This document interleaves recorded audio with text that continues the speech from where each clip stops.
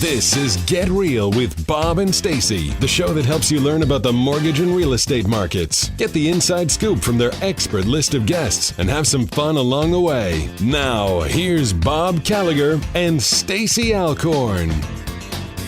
Welcome back, and thank you for joining us for an exciting episode of Get Real with Bob and Stacey. Real people, real issues, and real estate.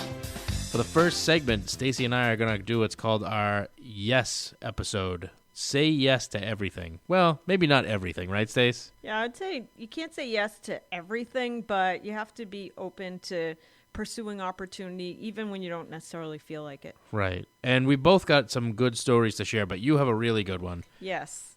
So, as you know, Bob, I have a list because I go out and interview so many entrepreneurs, celebrities, authors, and I have a top 10 list of interviews that I'm planning on getting this year. Mm-hmm. So the likes of like Richard Branson, Warren Buffett, things like that. Richard Branson's still number one, right? He's number one. Yes. So, I've memorized the list, just yes. so you know.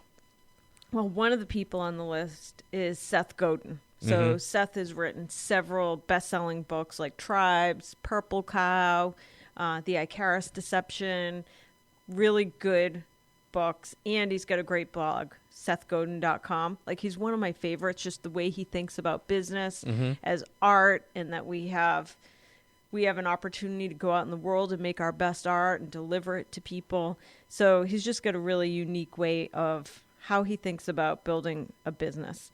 So last week, I had signed up to go to a conference in New York City that Seth Godin was going to be doing a keynote speech. Mm-hmm.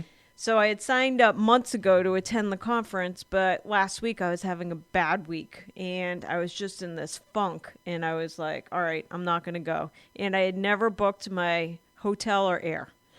So the conference started on Monday. It was supposed to go through Friday, and the really important keynote I wanted to see was Seth Godin. Mm-hmm. So Tuesday morning, I'm still in a bad mood, and I'm like, all right, I'm just going to go for it. Since I've already signed up for the conference, I'm going to go for one night just so I can see on Wednesday morning at 10 o'clock, I can see Seth Godin speak. Mm-hmm. So I book a last-minute trip, and I arrive in New York City at, say, 3 or 4 o'clock. Now, meanwhile, I reach out to somebody on Facebook. A friend of a friend had introduced us, and she's a complete stranger, like an entrepreneur, 33-year-old entrepreneur who has an incredible story. This girl, 6 years ago, was working at an interior design firm in New York City. She had taken some craft making classes just for fun. One of those craft making classes was how to make hats. Mm-hmm. And long story short, she now owns this massive hat making business. She owns this huge factory in New York City where she produces hats for other companies, etc. So I had been introduced to her through Facebook by a common friend. So I reached out to her while I was flying to New York City. And I said, hey, Seti, I'm going to be in New York City. Mm-hmm. It's a great opportunity for us to meet for a coffee. And I would love to interview you about how you built your factory. And so she agrees. So I arrive in New York City, and I go to Pier 94. There's this big trade show happening, and Setia, the hat maker, is at the trade show. So I meet with her. I spend about an hour with her, totally inspired by her story, by the way. Mm-hmm. And that's a lesson in and of itself. Like, if you're in a funk and you feel bad or down about your business, sometimes the best thing you can do is just go talk to a fellow entrepreneur, somebody else that's gone through it.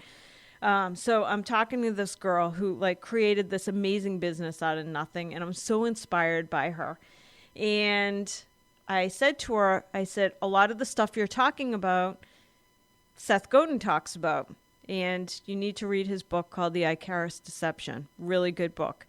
And she said, not only do I have the book, but Seth Godin gave it to me. He's my personal mentor and coach. What are the chances of that happening? I literally be 1 billion to 1. Yeah, I had tears in my eyes. I'm like, you're kidding me. I'm like, he's been on my top 10 list of people to interview because Seth Godin's untouchable. And very long story short, the next morning I had breakfast with Seth Godin for an hour, got to pick his brain. I have an article coming out about him. And I was on I was on cloud 9 for 24 hours. I had gone from like down in the dumps, feeling depressed, hating my job, seeing what am I doing with my life, to cloud 9 that I got the opportunity to interview somebody that's had such an immense impact on my business, Seth Godin, not to mention the awesome interview with Setia as well. So, and all for a trip that you were going to cancel at the last minute. Yes. So glad that I didn't cancel it. And I don't know, I think I shared the story before on the show. Like, I'm really big into vision boards. And so I have I've turned my master bathroom mirror into a vision board of the people I'm going to be friends with, and like what my future life is going to look like. The houses I'm going to own, our jet, the Ross Lair mortgage jet. So does your husband still have a spot on the mirror where he can see himself as part of all this? So, but interestingly, a few years ago, for many years, you know the book The Secret? I love The Secret. Yes. So in The Secret, one of the people that was featured in The Secret talking about vision boards was John Asseroff. So that's where I learned the whole concept, because in The Secret, he's the guy that talks about how vision boards, when you actually see your future all the time, you can, through the law of attraction, create the future. And he talks about in The Secret how when he was younger, he had cut out a picture from a magazine of a house he was going to someday own, and he put it on a poster board, his vision board.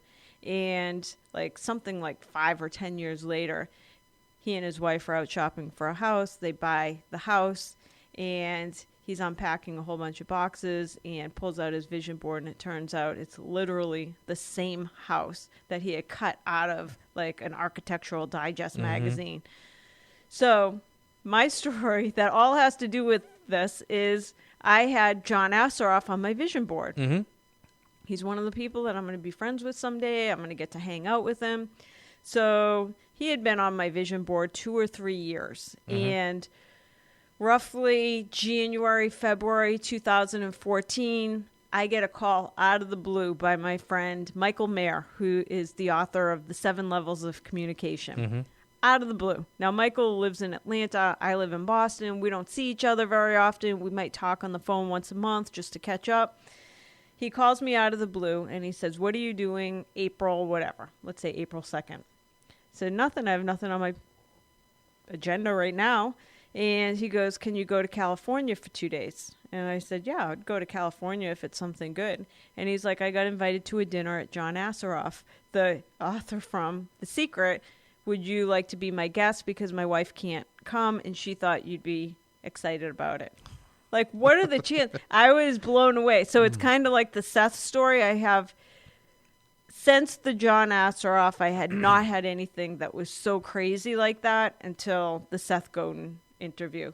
But the John Asseroff story is the same exact thing. Like, this guy was on my vision board forever. It's not like I go out and tell the world who is on my vision board. It's only me that knows who's on my vision board. And to all of a sudden, out of the blue, get a call from a friend saying, do you want to go to San Diego and have dinner with John Asseroff? That's crazy. It's awesome. Has that happened yet, or is it going to be happening? No, that happened. So, really? Yeah, so that happened. That was 2014. Wow. And I did fly out, and I spent 2 days with Michael Mayer, and that's where I met Hal Elrod on that. Yeah, he's been on the show a couple of times. What a great guy he is, too. Yes. And what's so crazy is Hal Elrod is the one that introduced me through Facebook to Setia, the hat maker. So it's just interesting that if you have a state of mind, that's why it's like when you're in a funk sometimes, you really have to try to snap out of it, because sometimes those bad vibes, you start attracting more bad stuff. So you got to figure out a way to snap out of it, because like you can attract anything. There's no possible way. It's not coincidence that John Asseroff is on my vision board and somebody calls me out of the blue to invite me to his house. It is not just a coincidence that the only reason I went to New York City last week was to see the keynote speech of Seth Godin, and that I end up an hour before his keynote having breakfast with him. Like, there's no possible way that can be coincidence. It's because you've conditioned your mind, and we all have those times where we're not in our best frame of mind. I read an article you published on LinkedIn, I think last week or the week before. I think it was I'm Never Giving Up was the title of it. Yes. And I actually sent you, or maybe I posted online about it. It's one of the best articles I've read in a long time because I read most of yours. Yep. But it was excellent because anybody that owns a business has been there. I mean, we've all been there where you just feel like you're beating your head against the wall. But that's what it takes to get to the next level and keep going is, I think you described it best, was sometimes you just need to take a break. Yes. Take a day off. Take a few hours off instead of digging deeper because sometimes digging deeper can just drain you. Yes. You need to recharge the batteries. So I think it was a great call on your part to decide to go down to New York anyway just to see, somebody's a favorite author. And then look what happened. Everything fell into place. Yes, divine providence, it was just amazing. But also for anybody that's having a bad day, go out and just talk to other people in your line of business. Right. Like last night I was interviewing Nick Verano, who owns a series of restaurants throughout Boston, Strega, Strip. And I always ask people, what do you do when you're totally down? Because it does happen. If you have big dreams, you're going to get kicked down. And he's like, it all comes down to frame of mind. And he said, what you have to remember, I think this is an awesome quote, is that when you're drowning, what's another cup of water? That's a very good point. So it's like you got to get over it, and who cares? Let the punches keep on coming. You're going to get through it. Yeah. Yeah, we have something we call, now I can't take credit for coining the phrase, but I've told you about it. As a matter of fact, I told you a year ago I was going to write an article about it that I still haven't gotten to yet, but infectious optimism. Yes. And I learned a long time ago, before I was a business owner, that what you focus on can change your entire attitude. I remember I was having a bad time where I was working. The company was being sold. Everybody was nervous about their jobs.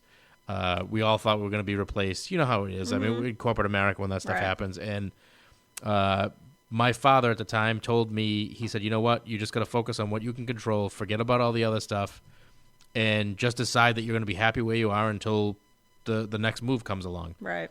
And that day, I just pretended for 5 minutes. I was like, you know what? I'm in a great mood. Everything's wonderful, and everything's going to work out. And literally 10 minutes later, I was in a great mood, and I was happy, and I was excited to work again. And a year later, I was in a position where I was able to start a company with my father. Never thought at that point that we'd be in a position to do that, but a year later, everything fell into place. And you really do. You have to. It's not just about saying yes. It's about opening yourself up to opportunity. If you have a great mindset, and it's conditioning. I know you're a big follower of Napoleon Hill. It's conditioning. Right. It doesn't happen by accident. Everybody's mind, the default setting is to negative. Yes. It's part of our programming from when we were cavemen and women. Yes.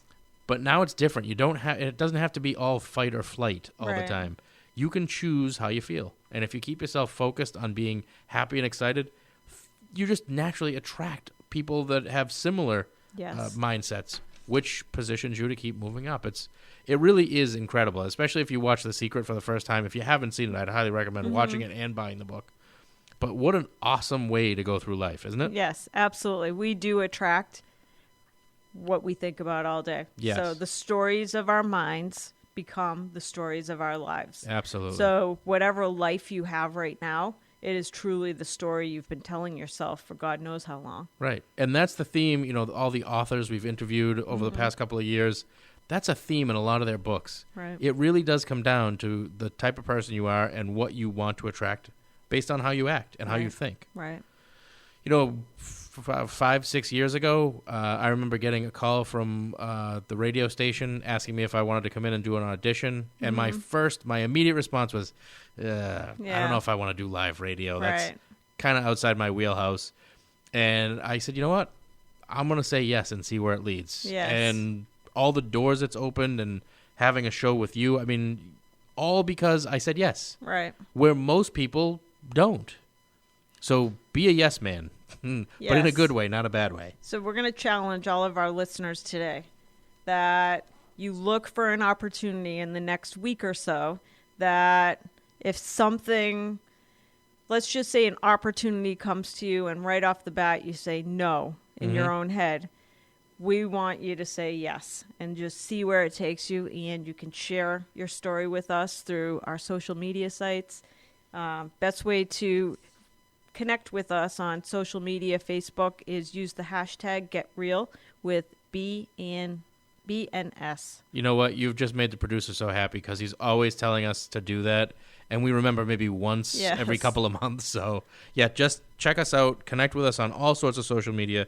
Hashtag #GetReal with BNS. Yes, and share your stories that if you do say yes to a big opportunity and it leads somewhere that you probably wouldn't have gone otherwise by saying no, share the story. Let us know. Yeah, we'll definitely feature you on air if it's interesting enough. Yes. There's a lot of things out there.